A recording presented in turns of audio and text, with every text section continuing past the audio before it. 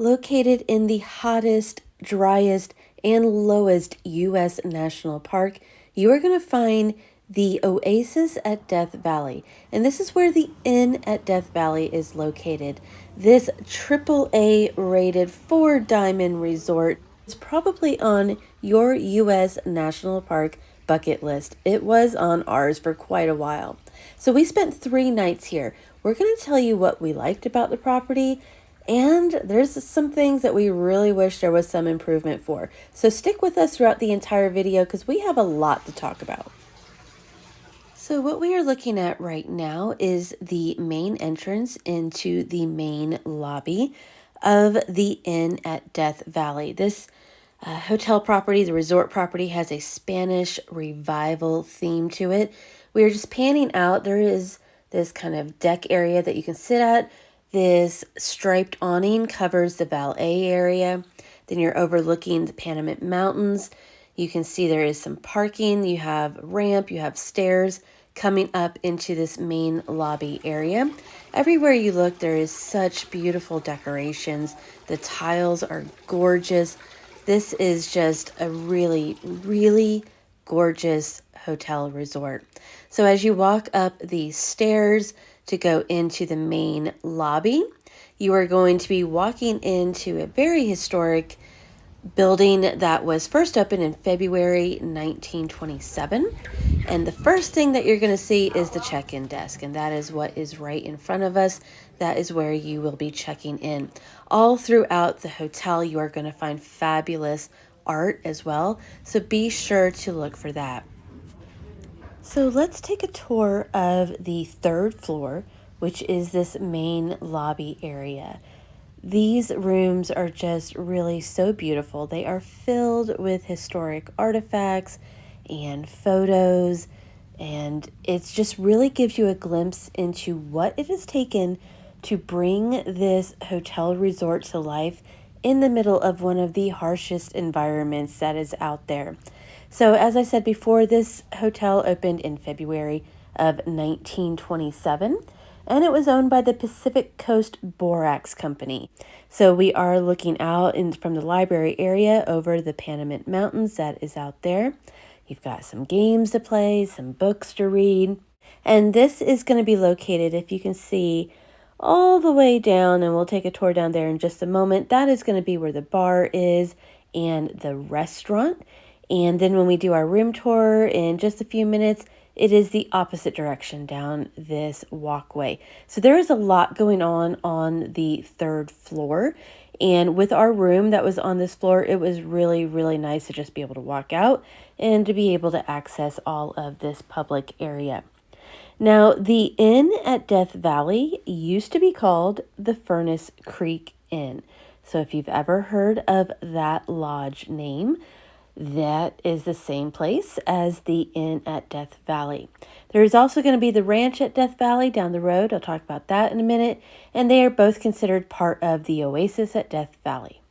So this is going to be the bar that you can have drinks. I mean, this place at sunset time is so popular. I was able to snag some video before the crowds came in, but let me tell you, in just a few minutes after this, it was completely full, and every single table was full with people drinking wine and cocktails and having some small bites that they serve. The area is open well before sunset time, but that is among the most popular because generally that's when people are coming back to the hotel and getting ready for the evening. So this is the bar area. And then obviously a little bit more seating around the corners. But the tables that are in front of those windows, that's where everybody wants to be. There is a double-sided fireplace right there. And then you are also seeing the entrance to the dining room that was right there on the left-hand side. We enjoyed some really great cocktails with a really great view. This is a small peek at the cocktail menu and the lounge menu with the small bites of food that you can get while dining at the bar. Be sure to pick up one of these pamphlets for the art. That's how we knew this painting was by John Gutzon Borglum. He was a painter, but was best known for being a sculptor on Mount Rushmore. All right, so if you are driving here, let's give you an overview. So you can drive through this circular driveway. This will bring you up in front of the valet stand that you can see that striped awning. Then after you drop off your luggage, you will be driving back through this little arch, and that's going to take you to the parking lot. So that is what we are looking at right in front of you right there. Everybody is going to be parking there. And so from the parking lot, you can then walk through a tunnel. You can bring your luggage that way if you'd like, and take the elevator up to the rooms. You don't have to stop off and do that drive-through in front of the hotel at the valet area. You can just go ahead and park in the parking lot and then go to the front desk from there. So now the room tour, room 337. This is where we start talking about money and value. So this is a king size room. We stayed at the very beginning of March, and this room was $609 a night. So we have some thoughts about this hotel. First, I'll let you look around and see what this room looks like. I always like pointing out the branded stationery because this is like one of my hacks for getting free souvenirs as I'm paying for a $600 hotel room. But I always like taking the stationery and the pen. I don't know. Am I the only person that has notepads from hotels across the world? Let me know in the comments below. This hotel has always been geared towards the privileged, let's say maybe the upper class, celebrities, corporate executives. So the 4-diamond resort status, I feel like you should have sheets that actually stay on the mattress while you're sleeping. This was one of my big pet peeves.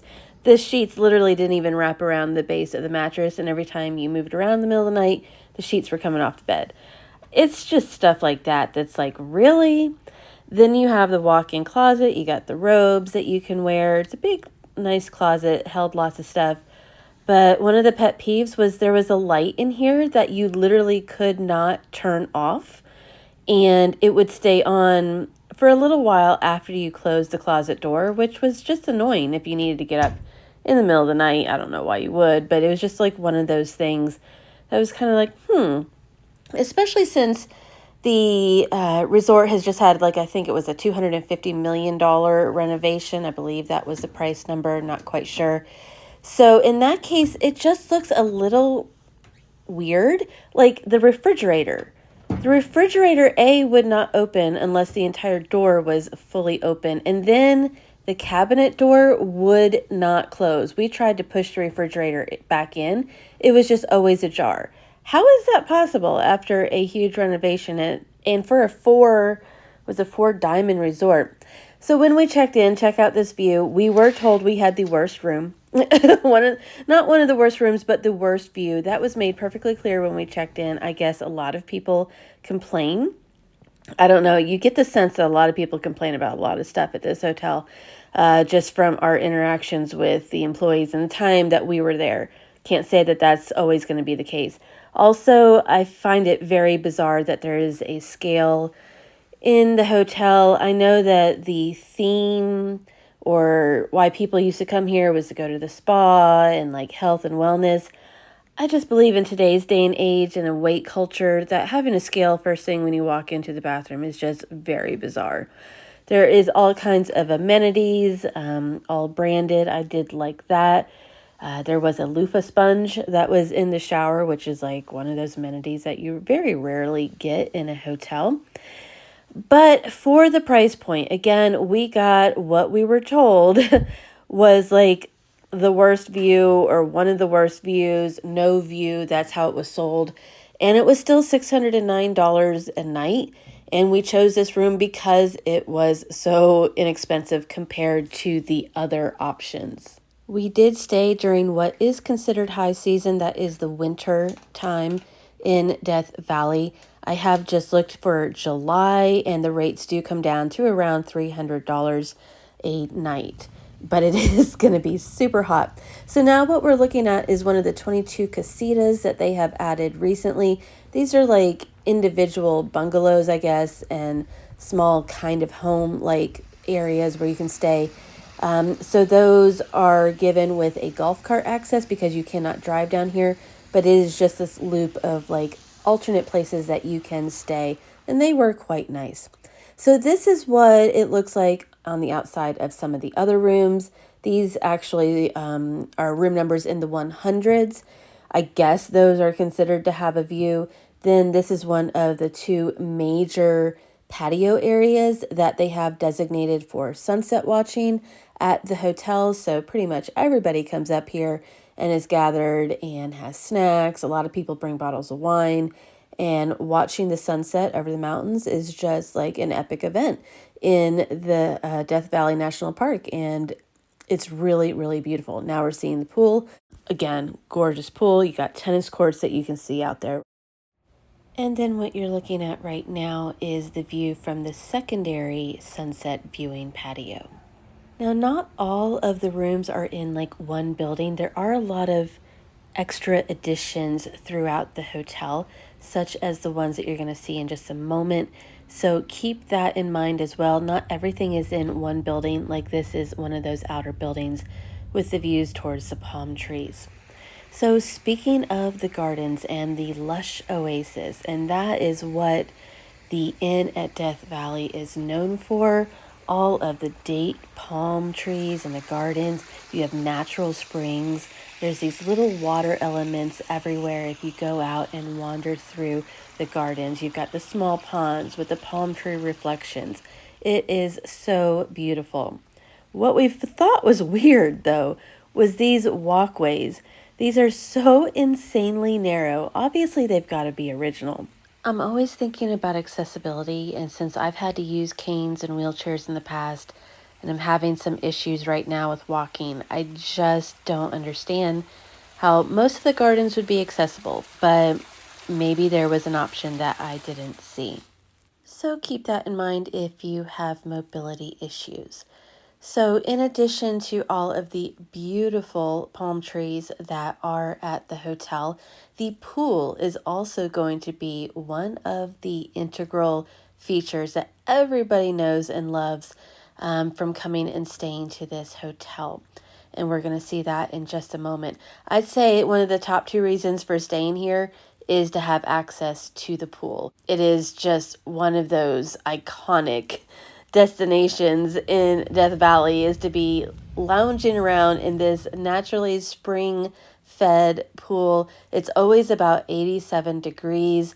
At night, they have two fireplaces going, which was absolutely awesome. There is a little snack bar that is located at the pool area. So be sure to also see the workout room. There are palm trees growing in the workout room, which is really unusual. I know this historic property is like one of the crown jewels among the national park lodges that are out there. It has attracted celebrities like Clark Gable and Marlon Brando, Jimmy Stewart. This destination is really well known and highly thought of. But after our stay here, I just don't understand the price point and the value for staying here. Again, we had one of the least expensive rooms, and I'd have to say it just totally was not worth the money spent staying here. If you are considering staying at the inn at Death Valley, you might want to just stay one night or 2 nights max. For us, 3 nights was what we needed to do based on our specific travel schedule. I would never stay 3 nights here again unless you really just want to be at the spa. I don't know. It just wasn't a good value for us. And we've stayed around the world. We've stayed in even more expensive properties, even less expensive properties that were quite nicer. I just don't understand the price point. And honestly, we were really let down with a lot of things. There was a lot of wear and tear and just kind of oldness looking of a lot of the facilities, especially the room that we were in, which I just don't understand if there was a refurbishment. The employees overall just seemed to really be tired of dealing with the public. And we heard tons of them just complaining about people behind the scenes, especially in the valet area where you can sit in that patio that is overlooking the valet and hear every conversation that goes on underneath that striped tent. And let me tell you, none of it was positive. There was a couple of standout employees there, but we just really got the sense that most people are just complaining nonstop, and it was unfortunate. So this is what it's going to look like driving up to the inn. Driving past it, this is the parking lot that I was speaking of where you're going to be parking if you are staying at the hotel. And then from the hotel, this is looking at the road that you are going to get on. Easy to get on this road right in front of the hotel, and you drive down, I think it's maybe a couple miles, maybe less, and that'll bring you to the ranch at Death Valley, which is considered part of the Oasis at Death Valley group. There's also a visitor center for the national park down there. During our stay, the power went out for multiple hours because of a road construction, and they had cut the power line.